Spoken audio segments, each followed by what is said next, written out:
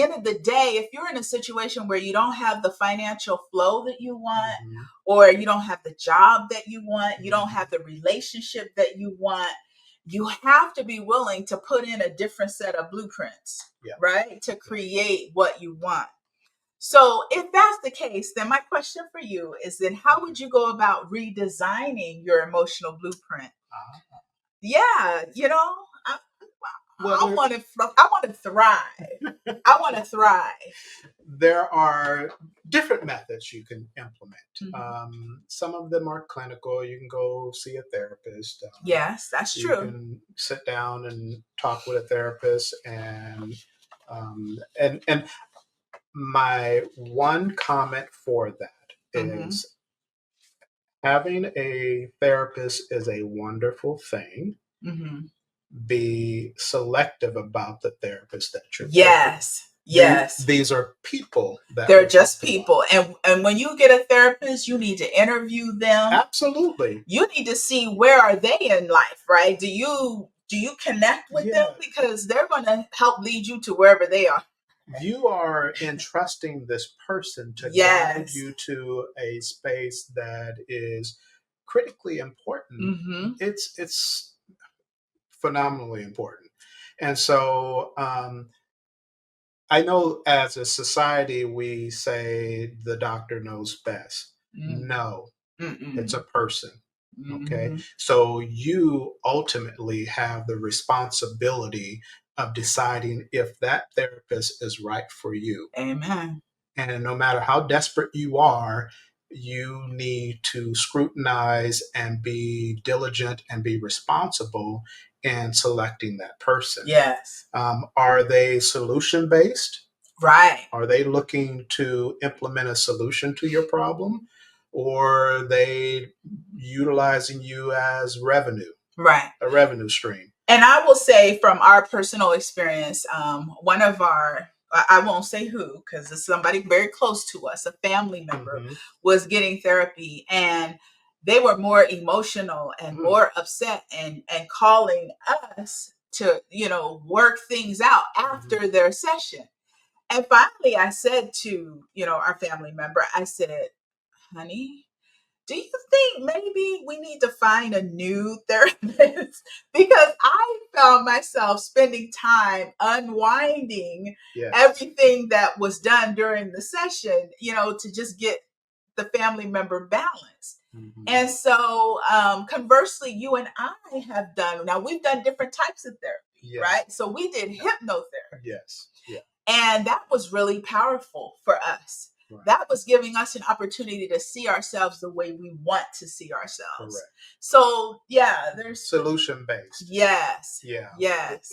If you walk away with direction and feeling better about yourself, feeling like you can accomplish the things that you wish to accomplish, it's about feelings. I said walk away feeling. We're talking about emotions; those are feelings. Yeah. And so counseling, therapy, hypnotherapy, and then there's others. You can do meditation. Oh, yes. Meditation is so powerful. Yeah. And we live in a world now on YouTube where they have so many meditation videos and things like that. There's meditation apps. Yeah. Now one recommendation for that is that you listen to it while you're lucid. Make sure you hear what they got to say, because if you be responsible. Be responsible. This is the whole thing, is being responsible. Because when you are listening to the meditation in a subliminal state, right, it's sinking into your subconscious. Yes. So you want to make sure that the information that's being projected and the energy that's in that meditation is really powerful. But I can say without a shadow of a doubt, number one, people that are really successful, if you were to ask them what's their number one go-to, I guarantee you they'll say meditation. Yeah, it's meditation. But then also I will share our personal experience. Meditation, I've seen meditation for you just. Yeah, it works for me. I have to meditate. Yeah. Because I've identified how it benefits me functionally. And when I don't take the time to meditate, I notice it.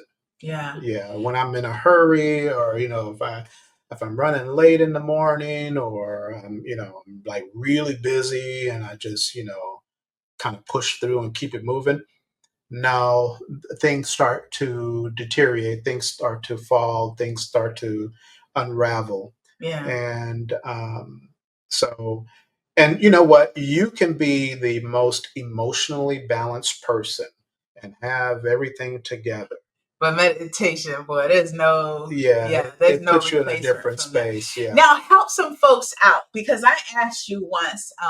First of all, one of the things I identified is that when I noticed when you meditate, you're in the space of attracting clients to you, right? And so my husband does not do marketing for his business. I don't even have business cards. And he stays busy. You continually have this flow of income coming in. And some of us, we have, businesses, we have YouTube channels and things like that. And we want to grow and expand. What's some recommended meditation, or what do you do during your meditation? How does it make it so effective for you? Well, so on a personal level, when I'm meditating, one of my go-to meditations, and I'm sure there's others, but for me, I visualize myself flying in the air. And looking at everything from an aerial view. I'm looking down. And when I'm looking down on everything, it simplifies things. I can see the big picture, if you will. When I'm doing that. From like a 30-foot view. So I'm flying through the air, looking down, and I'm seeing everything as I desire to see it. Wow. That's powerful. As I desire to see it. And it is like, without talking about the hocus pocus and all of those, because I know some people, say, well, does meditation really work? What are you really doing? But for me, it is like one of the tools in my toolbox. I would agree. For me, meditation helps me cut down the negative chatter that goes on in my head. Woo, y'all know. Sometimes your brain just thinks the worst case scenario of things, and that's part of the emotional blueprint. I know for me, that was part of my emotional blueprint. What if this happens? What if that happens? In fact, my whole career was centered around that, right? I was a good finance director because I anticipated every worst case scenario, and I created a way out, or I positioned the cities that I work for, I positioned them so they would not be affected by when worst case scenario hit and COVID hit, and we had malls shut down and everything. I had a plan. We cut millions of dollars out of the budget, right? But that was all rewarded, but it doesn't help me in my day-to-day life and who I am. I don't want to plan for the worst. I want to plan for the best. And so meditation helped me trigger my brain to think differently, to not be so trauma focused. And for my own personal life to think positive. So meditation really helped me cut that negative what if stuff out.